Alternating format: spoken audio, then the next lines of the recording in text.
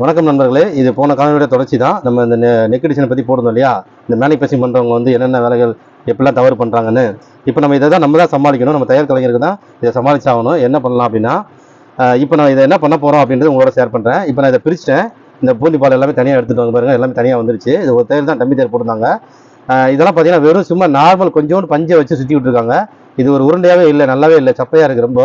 சரி, ஓகே. இப்போ நம்ம இதை எப்படி சமாளிக்க போகிறோம் அப்படின்னா, இது எல்லாத்துக்கும் சேர்த்து ஆனால் விலை வச்சிருப்பாங்க. அவங்கெல்லாம் நல்ல ரேட் வச்சு விற்றுருப்பானுங்க. ஆனால் நம்ம அதை சமாளித்து இது பண்ண முடியாது, கஸ்டமருக்கு கொடுக்கணும். என்ன பண்ணுறது, நம்ம தையல் கலைஞருக்கு வந்து ரொம்ப தான் கஷ்டப்பட வேண்டியது இருக்குது. இங்கே பாருங்க, இப்போ 6 இன்ச்சு நெக்குக்கு நான் இங்கே வச்சிருக்கேன். 6 இன்ச்சு நெக்குக்கு இடைவெளி விட்டு கொஞ்சம் கேப் விட்டுருக்கேன். இப்போ நம்ம இதை இப்படி தச்சோன்னு வைங்களேன், இப்படி தச்சு நெக்கு கொண்டு வந்து ரவுண்ட் நெக்கோ பா நெக்கோ என்ன நெக்கு தைச்சாலும் இங்கே 3 இன்ச்சு இப்போ இடைவெளி இருக்கும், 3 இன்ச்சு காலியாக இருக்கும். அப்போ அந்த 3 இன்ச்சு காலியாக இருக்கிறதுக்கு என்ன பண்ண போகிறோம்னா, இதுக்குள்ளே வர பீஸ் இருக்கு இல்லையா, இந்த காடா பீஸ், சேம் பீஸ், இந்த பீஸை இதில் ஜாயின் பண்ணிவிட்டு சைடில் சப்ப பீஸ் வச்சு சப்ப பைப்பிங் வச்சு சமாளிக்க போகிறோம். ஓகேவா? ஆனால் அப்போ